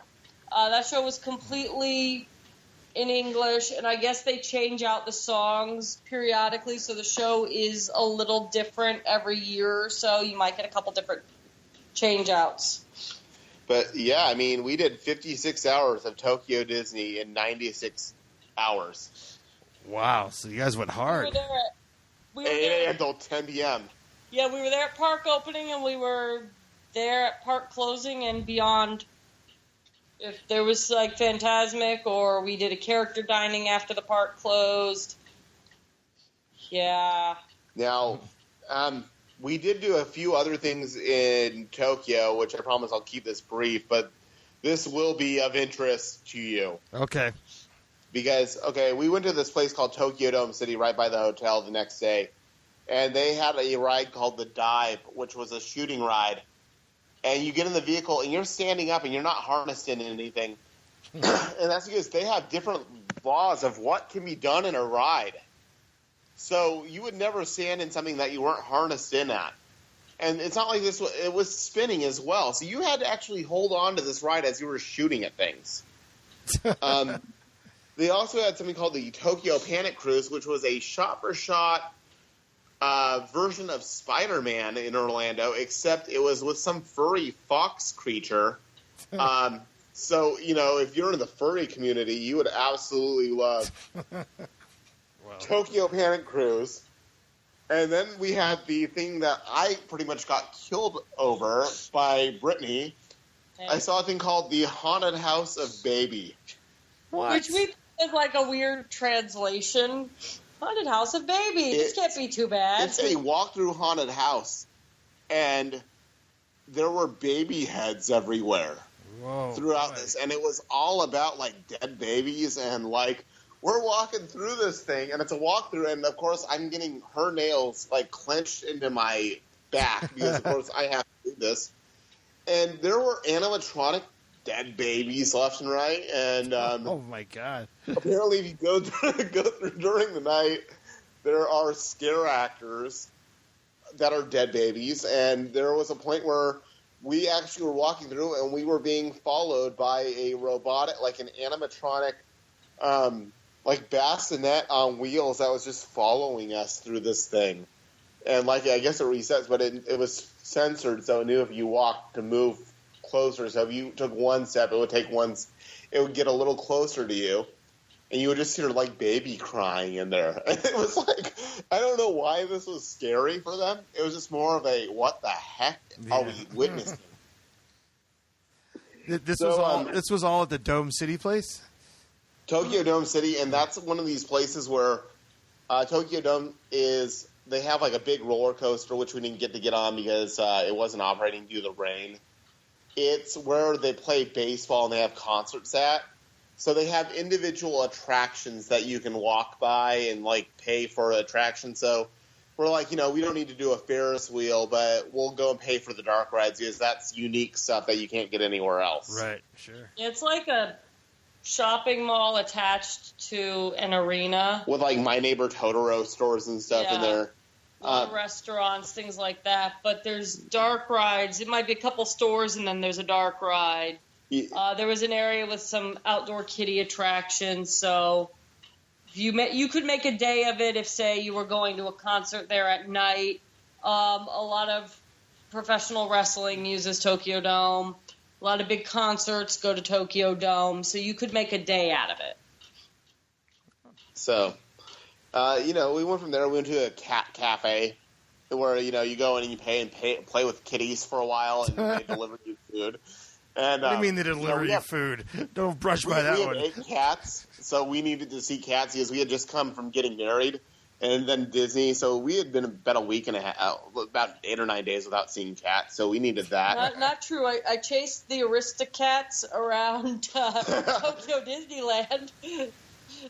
So, that's not really creepy, but, I guess the cat stealing your food potentially might be kind of scary. Yeah, they brought you these adorable little, tents with your food, and I'm thinking, why do we need a tent? Oh, yeah, cats. Now, cats in your food. Yeah. I was, putting this together, and I'm like, because these cats probably are used to people slipping them food, so they probably just take what they want. Yeah, you see, and then they told us, we had to wait an hour and a half before we went in there, so we decided to walk down these weird back streets, and we saw a pet store, and we're like, okay, well, let's go into this pet store, and they're selling owls for the equivalent of about US $1,500. Owls? They're nice. 5 different species of owls that we saw. We saw great horn, barn owls, thinking, I don't know how I would get this home, but you can buy an owl there if you had $1,500 in U.S. money just to burn. So just go in there and buy an owl. Right. So we went to this place called Sega Joypolis, which is an ultra arcade where they had dark rides and stuff. We couldn't do very much because we went on a public holiday and we didn't realize it. And but they did have interesting attractions that we couldn't get to. They had a roller coaster through the building that flipped you and spun, but the whole time you're playing a dance music rhythm game with your hands. So picture Dance Dance Revolution for your hands while you're going on a spinning roller coaster that's flipping upside down. So that was kind of neat. I'm pretty sure most people get a score of 0 on it unless you've got some real hand-eye spinning coordination. So sounds very complicated. Yeah. So the next day we went to the scariest place of the entire trip, Sanrio Pearl Land, also known as Hello Kitty Land. Hello Kitty Land. Oh my god. And he went willingly. I went willingly, and they have 2 rides there. One is a Hello Kitty Small World boat ride, which Hello Kitty is getting married, which is disturbing because she's 6. So apparently, and her dad is willingly giving her away. So it's like, I guess in cat years, she's older than 6. So I guess that's okay. Right. But it was just really bizarre. They also have a ride where it randomly takes your photo, and then they sell you photos of you on the ride. And I caught on to what was going on. So I was totally taking, like, photos of me falling asleep on the thing. And you meet Hello Kitty, and when you meet Hello Kitty, you meet her dad. And one weird propensity that the characters have there is they will touch your stomach and grab it and jiggle it. This is at Disney as well. Like, they just figure if you are a person with any sort of stomach, and I Googled this, it's not to be taken offensively. It's like a luck thing. Oh, and like a Buddha, right? Hello Kitty's dad rubbed my belly, and it was kind of a weird, bizarre thing. The Aristocats did that to him as well. Yeah, like multiple characters did it, and it was like I was like, I'm not sure. I mean, I could stand to lose 20 pounds, but I'm like, I don't feel like I'm this giant dude, and it's just that's the way it is. And like, they will touch you. Characters will maybe handle you more than they will, like at Disney. Over here, they'll hug you and they'll high five you. Here, they will play with you and they will ruffle your hair and they'll like push you around a little bit playfully. He got lifted up off the ground by Goofy. No, it was Pluto. Oh, Pluto, yeah. Yeah, he got lifted up off the ground a good few inches by Pluto. That's amazing. But you know, you couldn't see that there. But you know, Pearl Land was bizarre because it was so well themed, and they had to have a parade fit in there, and it's inside a building, so they had like golf carts that were well themed. In there was a show, this Alice in Wonderland show with Hello Kitty in Wonderland, and this is fine. And then you start getting this storyline where the Queen of Hearts is mad because her husband is off to play golf in Hawaii, and okay, there were English subtitles. Yeah, they had like a screen on the side that had translation, so we could. So we knew what was going on, and then he was sending his best friend to take comfort with his wife, the Jack, and saying, "I'm just not feeling satisfied anymore." And he's like, "Here's Jack; he'll satisfy you." And Hello Kitty is conversing in this whole thing, saying, "Don't you think it would be better if you satisfied your wife instead of playing golf?" and she's dressed as Alice in Wonderland, and the White Rabbit is accompanying her as they're having this conversation. But the character that's causing all the problems is the Black Rose, who is dressed straight out of Tim Curry, like Tim Curry from Rocky Horror Picture Show. And he does a fabulous musical review. Pictures will be up later. And and he's wearing fishnet stockings, and he's singing and dancing with Hello Kitty, and it was just, and like we thought this little show was going to be over in like 10 minutes. It was a 42-minute production. Wow. And they sold DVDs, and I really wish I had bought a DVD of it because I feel like I need to show it to people so they understand what's going on, that this is a real thing. The neat thing, Hello Kitty had a parade, and like I said, this is a tiny little building. Hello Kitty rides into her own parade. She ascends from the ceiling on a float that comes down, and like it makes this big, dramatic, grand entrance. Definitely memorable. We left there. I asked Grant to take some photos, and he gave me a collection of photos of the Black Rose. So many photos of this Black Rose. We did some other things, obviously, that really don't pertain to this show or the listeners. But last day we were there, we went to a place called Yokohama Sea Paradise, which is like their version of SeaWorld, except the creepy aspect of it was depressing as heck. Like all the animals were like in really small areas, and that was like the low point of the entire part of Japan, was like seeing dolphins with like no room. So, I guess that was kind of creepy. Yeah, they had a couple rides there. They had a neat roller coaster, and They had like a little river rapid ride that was really creepy because I don't think it had been worked on since 1960 or so. Yeah, it was definitely a relic of the 70s. We did go to a Pokemon Center store out there. 2 of them, shamelessly. And another place by there was called Cosmo World, which is another thing where you just pay per ride.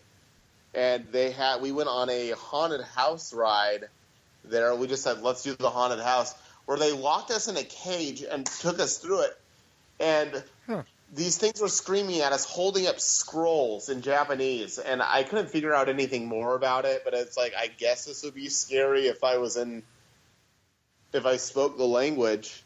And the last major thing that we did there that I guess I need to talk about is Namco Namcha Town, which is based on the Pac-Man area, but he wasn't in there. And they had like weird rides where we got to destroy each other as zombies and stuff like that, where they put our photos up and we had to kill each other. So that was kind of neat. I would recommend. That's what you want to do on your honeymoon, you know? Sounds romantic. And we got to do a thing where we got to fight Godzilla, which was a great way to kind of end the Tokyo portion. Was we got to save Tokyo from Godzilla, which we did not save Tokyo. We actually got killed by Godzilla in Tokyo. So, yeah, I would say that's pretty much it for Tokyo. I know that this went really long. Hong Kong will not be nearly as long because it was smaller, and Shanghai won't be as bad either. But this was the big one. You guys did a lot in 1 week, huh? That was we didn't even go over everything else because it's like, I didn't need to go over like wrestling show that we went to or towers that we explored and things like that. But it is definitely worth it.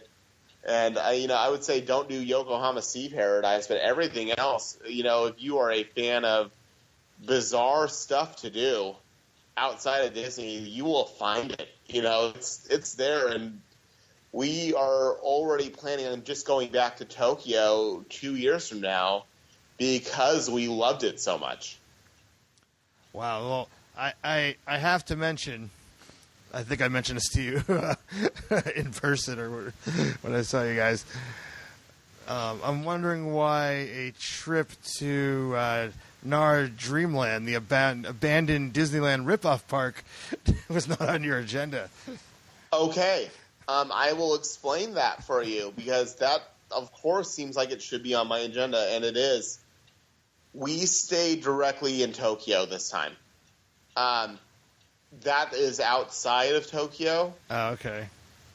We wanted to, with this time, we stuck primarily in the cities that we were in because we didn't have rental cars. We didn't know how the systems worked and how it would work. Now, next time we go, we're planning on going for 2 weeks and doing like full on Japan, not just Tokyo, and what we want to do is 2 days of Halloween, take a break, do more Halloween Disney, so do a day of Disney Sea, do the rest of Japan, the stuff that we want to do, and then by the time we come back, they'll be decorated for Christmas. So we're going to try to hit the very end of October, beginning of November, so we kind of get 2 different parks at that point.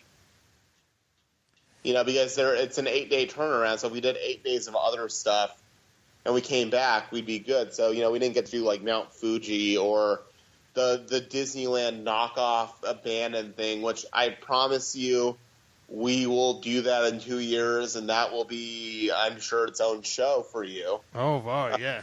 For sure. But that is on our list, as well as they apparently have a Spanish-themed theme park out in Japan somewhere where there's a ride where you're pretending to be a bull fighting a matador. And it's a roller coaster in the dark where you're like in a bull car and like you see like a matador appear randomly. Like things like that where it's like, I kind of want to see this. I want to do more than just theme parks, but I kind of have to see that before I die. Maybe. I don't know. I like bizarre stuff like that. Well, this is an exciting start to our 3-part series here. Jeez. Yeah. You guys did so much stuff. I don't even know how you're alive right now. It's nuts. the aftershock of coming home, and keep in mind, Florida, Hong Kong and Shanghai was exactly a 12-hour difference. So we got home and went back to work within 36 hours, both of us. Wow. So, yeah. Yeah, we were in zombie mode. The shock of that, it took me maybe 10 days to readjust. And it's also been a rough readjustment, because we actually did go to Epcot the other day. And it actually seemed kind of sad compared to what we had seen in Tokyo. Because you got to see people that were very happy to be there, and they weren't they were just looking like they just were glad to be there and weren't being financially ripped off, and things were changing, as opposed to here it's basically like people save up for a year for a trip to take their family to Disney, and then it's hot and humid and everybody's fighting all the time. We see that all the time. It's like a different attitude. Yeah, I had mentioned something about that under my trip report from, now I've got being a Disneyland local, about a year of that, and then experiencing that environment, and then going to Walt Disney World. Just like everyone just seems so mad. Well, if you think about it, it's very expensive to go to Disney World in general, and it feels like there's a lot of price gouging between the hotels and just water and food, and just it feels like it's a shakedown when we go to Disney World.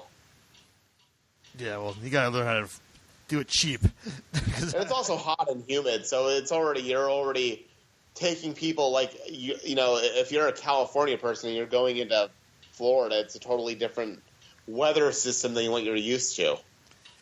Yeah, that's unpleasant, but As for me, it doesn't even faze me because I've lived here my entire life. We go to Disney in the summer, and I'm like, meh, it's hot. That's the sun. It's going to burn us. That's the way it goes. We're all going to get engulfed by the sun eventually anyway. Well, that's a good place to end this episode. So. Yeah. The bright orange sun is going to get us at some point. Yes. And we'll leave it at that. Yeah, you know why. You know the joke that I'm making right there. Yeah, no, I got it. Coming soon to the Hall of Presidents. Yeah. I actually just saw a petition online. Tell Disney to shutter the Hall of Presidents. That's probably going to get cut out. I'll leave it all in. I don't care. And it was posted to me by a Disney World employee. Well, it's interesting to see how the Hall of Presidents all plays out. All right. We'll see. But anyways, let's wrap this up. I mean, it was great to live through you on this, and you make it seem possible for us. Yeah, you don't have to live through us. You can do it yourself. Instead of going to Florida next time for $400 for a plane ticket, just go to Japan. Wow. I mean, I will be going back to Florida. The Disney ticket will be cheaper. The hotel will be cheaper. Well, you're not going to rental car. You'll just take the subway. Yeah, that's nuts. I mean, I don't know if it'll be the next time, but it does seem like a possible trip. And I want to do your whole trip. I want to do all three parks in one swoop. That's totally doable. Mm-hmm. So we'll tune in next time on your adventure when you go to Hong Kong, where it's a little teaser. Hong Kong Disneyland does Halloween probably better than any other Disney park. They actually have haunts based on Disney properties. You're not going to see this in any other park. You guys lived it. I'm really excited to find out where we're going from here. Oh, it gets weird. Yeah, we're just peeling the skin off the onion right now. All right.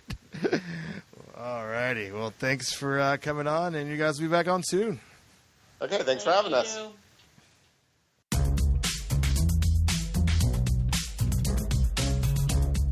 This episode of Creepy Kingdom is being brought to you by Final Girls.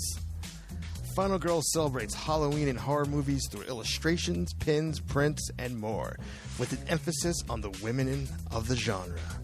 It is created by illustrator Amy Connolly from Liverpool, England. Final Girls has an awesome hitchhiking ghost pin set that you just gotta have. Use the coupon code CREEPY to get 10% off of your entire order. just go to wearefinalgirls.com. That's wearefinalgirls.com.